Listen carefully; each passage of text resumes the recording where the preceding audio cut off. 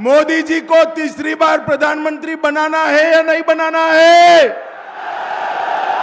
400 पार करनी है या नहीं करनी है? 14 की 14 सीटों पर सपा का सुपड़ा साफ करना है या नहीं करना है? तो ऐसी आवाज नहीं चलेगी।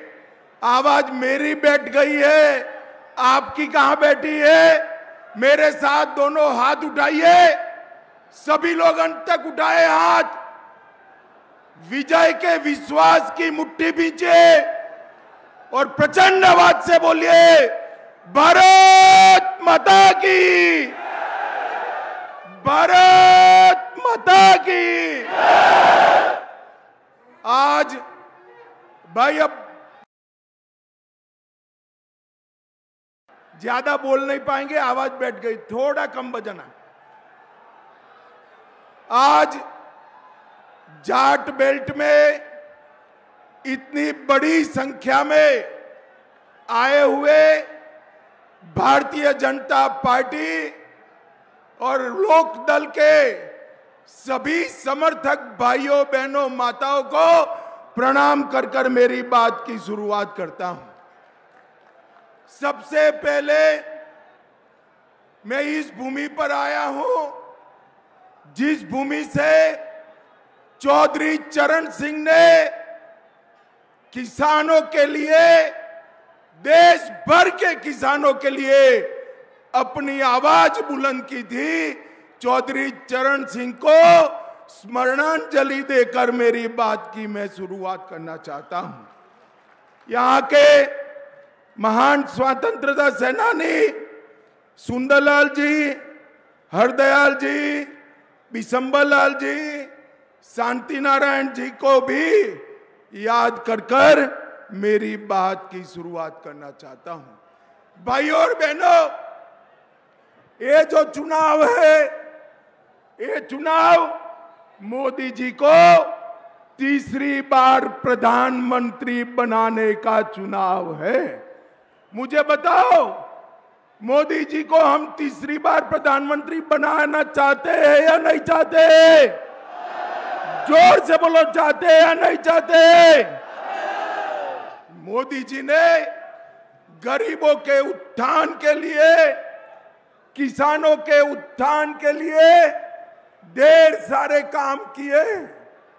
मोदी जी ने गुड़ और गन्ने के इस क्षेत्र के अंदर गन्ने के लिए राष्ट्रीय नीति बनाकर ढेर सारे बदलाव किए। भाइयों और बहनों, आप याद करिए, जब कांग्रेस की सरकार थी, गन्ने की एफआरपी 210 प्रति क्विंटल थी, 210, और आज 340 रुपया प्रति क्विंटल करने का काम मोदी जी ने किया है। और भुगतान की जहां तक बात है, 95 से 17 में एवरेज भुगतान 23,000 करोड़ होता था, आज 2,50,000 करोड़ रुपया गन्ने का भुगतान करने का काम भारतीय जनता पार्टी की सरकार ने किया है। इसके साथ साथ चीनी मिलें, बसपा के शासन में 19 चीनी मिलें बंद हुई, अखिलेश के शासन में 10 मिलें बंद हुई, और भाजपा के शासन में 20 से अधिक चीनी मिलों को शुरू किया गया और 5 नई चीनी मिलें आज नई बनाने का काम हुआ है। और हमने इथेनॉल की पॉलिसी लाकर पहले 2014-15 में इथेनॉल पेट्रोल में मिलाया नहीं जाता था, आज 154 करोड़ लीटर इथेनॉल मिलाया जाता है, जिससे गन्ना किसान की आय को बढ़ाने का काम हुआ है। भाइयों और बहनों, बैठ जाओ भैया, बैठ जाओ, कुछ नहीं है, बैठ जाइए, जरा बैठ जाइए सब लोग। भाइयों और बहनों, मुझे बताओ, ये कश्मीर जो है हमारा है या नहीं है? जोर से बोलो, कश्मीर हमारा है या नहीं है? धारा 370 हटनी चाहिए थी या नहीं हटनी चाहिए थी? एक कांग्रेस वाले 50-50 साल से धारा 370 को संभाल पर बैठे थे। मोदी जी ने दूसरी बार जब आपने प्रधानमंत्री बनाया, धारा 370 को समाप्त कर कर कश्मीर को भारत के साथ जोड़ने का काम किया।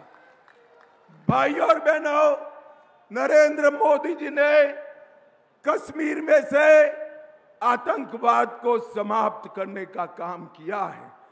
सर्जिकल स्ट्राइक और एयर स्ट्राइक कर कर पाकिस्तान के घर में घुसकर आतंकवादियों का सफाया करने का काम नरेंद्र मोदी जी ने किया है।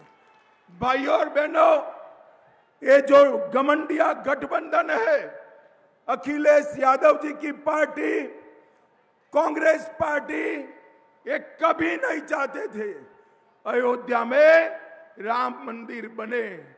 मुझे बताओ, अयोध्या में राम मंदिर बनना चाहिए था या नहीं बनना चाहिए था? जोर से बोलो, बनना चाहिए था या नहीं बनना चाहिए था? एक कांग्रेस पार्टी ने 70 साल तक राम जन्मभूमि के मुद्दे को अटका कर रखा, लटका कर रखा, भटका कर रखा।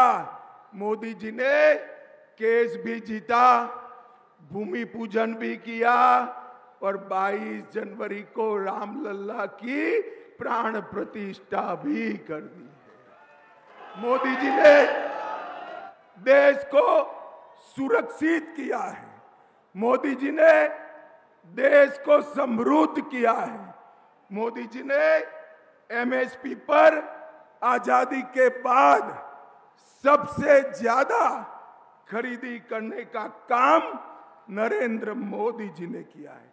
भाई और बहनों, आज मैं पश्चिमी उत्तर प्रदेश में आया हूं। 2014 में मैं भाजपा का प्रभारी था। मैं यहाँ आया था, कैराना से, मुजफ्फरनगर से, सहारनपुर से पलायन चालू हो गया था।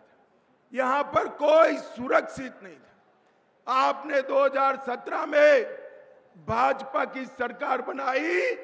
योगी सरकार ने यहां पर गुंडों का आतंक बंद कर यहां पलायन रोका है और लोगों को सुरक्षित किया है।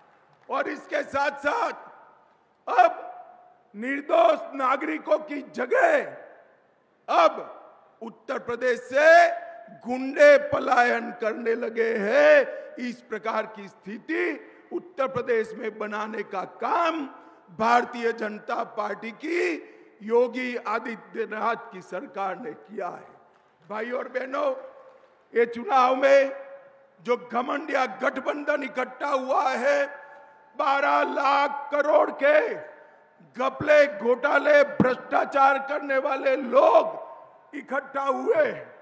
मैं आपको बताना चाहता हूं, मोदी जी चौधरी चरण सिंह जी के गौरव समारोह में आए। उस दिन उन्होंने भ्रष्टाचारी बचाओ रैली बनाई और वो रैली में भ्रष्टाचारियों को संरक्षण देने की बात करी। मैं आज इस मंच से समग्र उत्तर प्रदेश की जनता को कहना हूं, 2014 में मोदी जी ने कहा था, जिन्होंने भ्रष्टाचार करा है वो जेल में जाएंगे। और 2024 में भी कह रहे हैं, जिसने भ्रष्टाचार किया है वो जेल की सलाखों के पीछे चले जाएंगे। मुझे बताओ, जिन्होंने 12 लाख करोड़ रुपए का भ्रष्टाचार किया, उनको जेल में डालना चाहिए या नहीं डालना चाहिए? जोर से बोलो, डालना चाहिए या नहीं डालना चाहिए? भाई और बहनों, उनका मकसद परिवार के लोगों को मुख्यमंत्री, प्रधानमंत्री बनाना है। मोदी जी का मकसद देश के किसान, गरीब, मजबूत, दलित और आदिवासी को मजबूत बनाकर अपने पैर पर खड़ा रहना है। आज मुझे अंत में इतना बताइए, संजीव बालियान को प्रचंड बहुमत से जिताएंगे क्या? अरे जोर से बोलो, जिताएंगे? बालियान आगे आओ आप जरा। संजीव बालियान ने मंत्री रहते हुए पश्चिम उत्तर प्रदेश के लिए बड़ा काम किया है। संजीव बालियान को प्रचंड बहुमत से जिताएंगे। 14 की 14 सीधे मोदी जी की झोली में डालेंगे। मोदी जी को तीसरी बार प्रधानमंत्री बनाएंगे। 400 पार करेंगे। तो मेरे साथ दोनों हाथ उठा